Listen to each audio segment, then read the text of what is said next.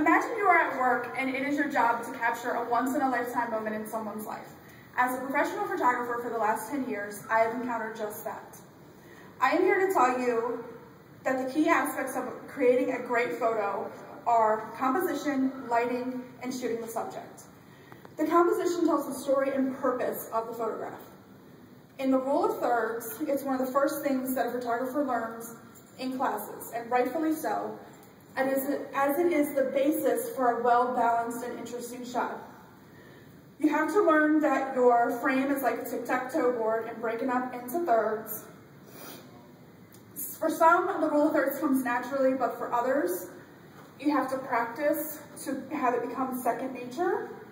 The most important thing before you shoot a picture is to ask yourself, what is the main subject of this photograph and where am I intentionally placing them? You also have to look around for interesting ways to frame your picture. Natural framing occurs everywhere.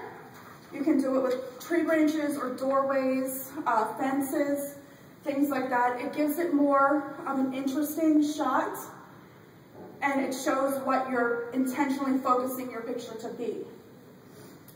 When you're shooting close-up situations, a lot of time depth gets lost, so you have to really make sure that your focal point is exactly where you want it to be, and you show the depth of the picture. The best way to get your point across is in the orientation of the photograph.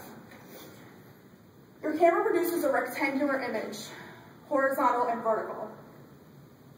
The best practice is to shoot to see which would lend its best for which orientation. Horizontal doesn't always lend itself best for tall shots, as to where vertical doesn't always lend itself best for a vertical shot. And like I said, it's not always obvious which one is going to be which for your picture, so to practice, just take it both ways and see what looks best. Now that you know what your frame should look like, it's time to choose a subject. The #1 rule of shooting people and animals is to focus on the eyes. It creates emotion and draws you in.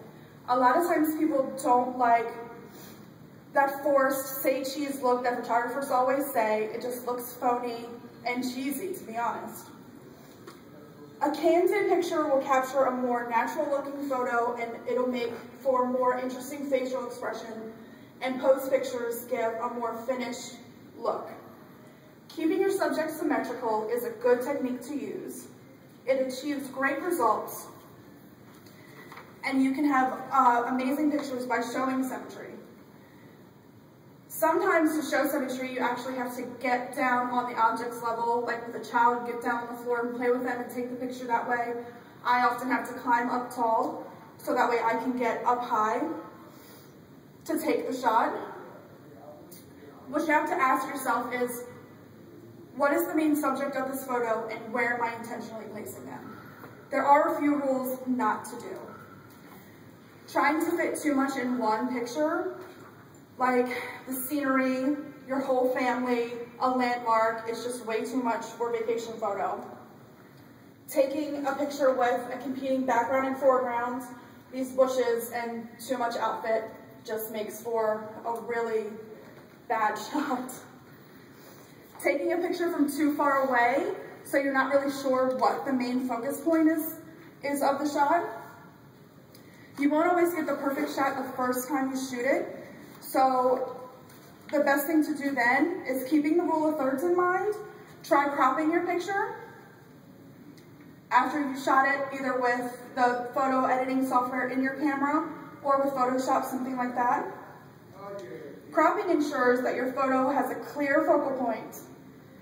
It's the easiest way to fix pictures that are overshadowed by too much in the picture, and it brings it back to what the main subject is of the shot. And now that your subjects are set, it's time to turn to lighting. Lighting becomes one of the elements that sets the overall tone of the picture. And photography is about light. It's the main thing about photography. Natural light can produce a wide variety of subject appearances.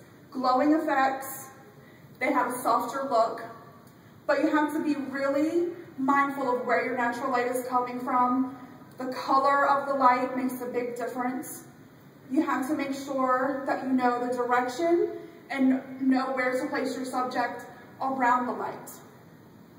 There are great times to shoot during the day. There are magic hours for photographers, a lot of times in the early morning or in the early evening, so that way you escape the harshness of the midday sun, along with the difficulties of shooting at night. All of us have tried to do that, and it's hard. Using a tool such as a flash can help you shoot around any obstacles with lighting, and you can create a more dramatic and effective shot with a flash. And you can use things like the walls and the ceilings to direct the light at what you're trying to take the picture of. It's important to make sure that there are no reflective surfaces behind the subject, because all of us have had that bounce back. And so you want to make sure that there's no reflective surfaces behind your subject. Lighting sets the tone for the photograph, and the way it is taken sets the actual look of the photograph. The choice and preference between film and digital require two totally different types of skilled photographers. An extremely skilled photographer can get a much more invoking, emotional photograph off of film if they can finish all of the steps completely and totally perfectly. The film camera also has a higher cost because film costs a lot of money, and you have to develop it and print it, obviously. But film does have a higher print to, or shoot to print ratio than digital. And a lot of photographers will argue that some of the simplest mistakes in a film photograph actually make for a much better shot. Now, digital cameras are an amazing tool for photography. They're almost effortless in taking a picture, and everyone has them in their pocket at all times now. Everyone has a camera whenever you need one. But with that, you just get lots of pictures. Not so much is put into them. There's just thousands of images that can be shot from any angle, any shot, anytime, and a very small percentage of them actually get printed. Digital shots are much more easily manipulated in post-production through Photoshop, so if you take an image that may not look just right, you can always fix it and edit it in Photoshop to make it give you that perfect shot. And you also have a better option of before you leave your actual photo shoot or what you're taking the pictures of to instantly see it to make sure that you got the shot that you want.